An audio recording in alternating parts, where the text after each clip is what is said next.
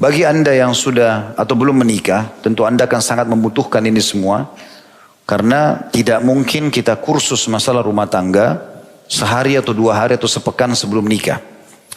Banyak orang tua, dia coba memberikan kursus ringkas anaknya, baik perempuan ataupun laki-laki, sehari 2 hari sebelum menikah. Maka anak ini kaget dengan keadaan tersebut. Nanti kalau kau jadi istri nak, nanti kalau kau jadi suami, kau harus begini, begini, begini, begini. Ibunya sibuk memberikan instruksi. Setelah itu ayahnya lagi. Semua yang akan dilalui oleh anak ini 50-70 tahun ke depan, kalau Allah berikan dia umur, semuanya diringkas dalam 1-2 hari. Kira-kira apa yang akan dijalankan oleh anak tersebut? Maka solusi yang terbaik adalah mempelajari jauh sebelum pernikahan tersebut, apa saja itu pernikahan. Mirip teman-teman kalau mau kerja di satu perusahaan, maka harus tahu di mana alamatnya, apa jenis pekerjaannya, jam kerjanya, berapa gajinya, apa fasilitasnya, apa larangan-larangannya di perusahaan itu, apa tugas kita, apa kewajibannya, kemudian apa hak kita. Ini semuanya kalau kita tahu, kita masuk di perusahaan tersebut dalam kondisi lapang dada. Tapi kalau kita terjun bebas saja, bisa saja kita dilempar di sebuah pulau atau di sebuah hutan. Nanti kalau kita sudah masuk, gajinya nggak cocok, jam kerjanya nggak cocok, tempatnya nggak cocok, segala macam, akhirnya kita keluar. Nah itu yang terjadi pada rumah tangga yang tidak dibangun dengan ilmu. Sehingga baru 1-2 bulan menikah, cerai. 1-2 minggu menikah, cerai. Bahkan ada orang yang sudah naudzubillah melakukan perbuatan haram, pacaran sebelum nikah, ya, mungkin 10 tahun, dalam 2 pekan, 2 bulan bisa, cerai. Rusak semuanya, karena tidak dilandasi dengan ilmu. Bagi Anda yang sudah berumah tangga, Anda pun membutuhkan ini. Ya, minimal mengetahui tugas dan kewajiban, sebagaimana tadi ada salah satu bab-bab ini. Atau kalau yang sudah Anda lalui dari akad nikah, dari acara pernikahan syar'i, cara mencari kriteria pasangan laki-laki, calon suami ataupun perempuan, calon istri. Ya, maka ini juga ada caranya mungkin dibutuhkan untuk anak-anak Anda. Ya. Supaya jangan terulang kesalahan yang pernah kita lakukan. Seperti itulah kurang lebih kebutuhan kita tentang bahasan ini. Jadi anak muda ataupun orang tua tetap sama. Mirip juga kasus tadi saya bilang, anjuran pernikahan ini teman-teman terjadi pada gadis dan bujang, juga duda dan janda. Makanya Imam Ahmad rahimahullah pada saat meninggal istrinya, salah satu istri beliau meninggal, hari itu dikuburkan, malamnya beliau menikah. Maka tamunya dan murid-muridnya bingung nih. Ini antara malam takziah dengan malam apa? Apa kalau orang menikah? Malam walimah.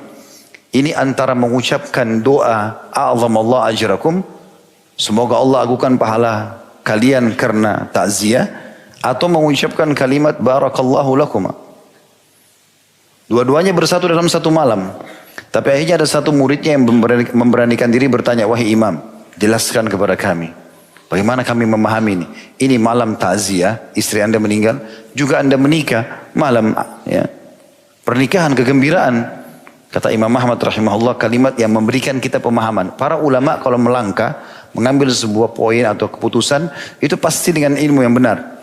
Maka beliau mengatakan, aku khawatir kalau aku meninggal juga malam ini, ketemu dengan Allah, sementara aku dalam kondisi bujang. Jadi bagi Imam Ahmad, bujang itu kekurangan agama. Maaf bagi bujang-bujang di sini ya. Tidak ada alasan untuk tetap membujang bagi seorang muslim. Tapi kan ekonomi saya belum cukup, Ustaz. Tidak ada hubungannya antara ibadah dengan ekonomi. Tidak ada hubungannya. Tidak ada hubungannya antara sholat ke masjid harus punya motor dulu atau punya mobil. Jalan kaki bisa. Menikah adalah ibadah. Tidak harus kaya dulu baru menikah. Sampai ada sahabat yang menikah dengan mahar hanya ayat Al-Quran. Ada seorang wanita datang kepada Nabi SAW dulu di masjid, lalu mengatakan, ya Rasulullah, saya hibahkan diriku buat Anda. Nabi SAW melihat ke perempuan tersebut, sepertinya tidak ada hajat. Maka Nabi tawarkan ke masjid, siapa di antara jemaah yang mau nikahi? Ada satu angkat tangan.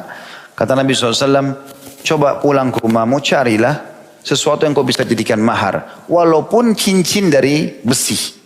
Bukan perak lagi. Besi saja kamu lengkungin, bawa ke sini. Dia ke rumahnya, dia balik mengatakan, tidak ada ya Rasulullah. Kata Nabi SAW, kau punya hafalan ayat-ayat Al-Quran? Kata dia, iya. Kata Nabi SAW, saya nikahkan kau dengan wanita ini dengan mahar ayat-ayat Al-Quran itu. menikah jadi suami istri padahal miskin. Itu salah satu nanti akan kita singgung tentang masalah kafa'ah atau kufu, kesepadanan. Jadi kalau antum di sini laki-laki gajinya cuma 2 juta, ya harus nikah dengan perempuan yang bedaknya juga cuma 50 ribu. Supaya uangnya cukup. Kalau antum nikah dengan perempuan yang kosmetikanya 2,5 juta, 5 juta, tiap bulan utang nanti. Itu namanya kafa'ah. Jangan juga sok-sokan nikah sama orang asing. Bahasanya beda, makanannya beda, tradisinya beda. Tidak sekufu nanti. Hanya karena oh ini bule, oh ini, oh itu, ini. Padahal dia tidak bisa sejalan. Kenapa enggak menikah sama orang yang sama-sama suka makan tempe? Sayur asam, orang biasa makan bakso, biasa dengan cuaca. Kecuali orang keturunan yang tinggal di negara kita beda. Sudah sama dengan kita gitu kan. Tapi kalau enggak, orang asing hanya karena mau dipuji oleh orang, ini nanti tidak sekufu. Atau pendidikan kita sangat tinggi, menikah dengan orang tidak ada pendidikannya. Jadi kalau ngomong gak nyambung, gitu kan? Atau kita miskin nikah sama orang yang kaya sekali, ini juga jadi masalah. Ini masalah kekufuan semuanya. Jadi menikah juga dengan orang yang tidak mampu. Saya ingat dulu saya punya seorang dosen, beliau ketua Mu'allaf Center di Madinah.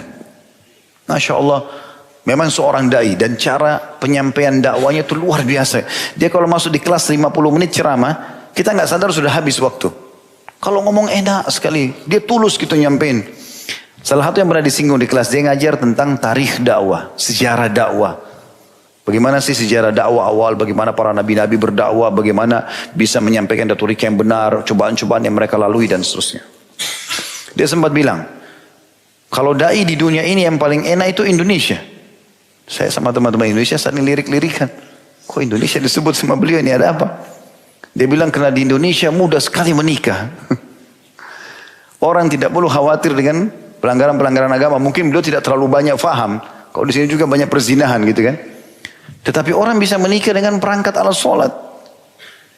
Orang bisa menikah dengan ayam jago. Maharnya kasih ayam bisa. Ada beberapa daerah yang saya tahu, modalnya cuma kasih mesin jahit istrinya atau mertuanya bisa menikah. Mudah sekali. Dan itu yang terjadi memang di depan mata, asal kita memang cari orang yang sekufu dengan kita, gitu kan? Orang yang sekufu, insya Allah itu bisa. Saya subhanallah pernah ke Jordan, waktu itu ada umroh plus Aqsa. Sebelum masuk ke Palestina, saya sempat masuk ke Jordan, di kota Petra, salah satu 7 keajaiban dunia untuk membawa jemaah melihat di situ bagaimana keajaiban yang Allah tunjukkan, tanda-tanda kebesarannya ada di situ. Intinya ada satu orang asli Jordan, dia kerjanya punya kuda itu disewain sama dia untuk keliling-keliling tempat itu. Saya sempat bayar dia. Kemudian saya bilang saya mau naik kelilingi semua kota tua ini, naik sampai ke atas, muter.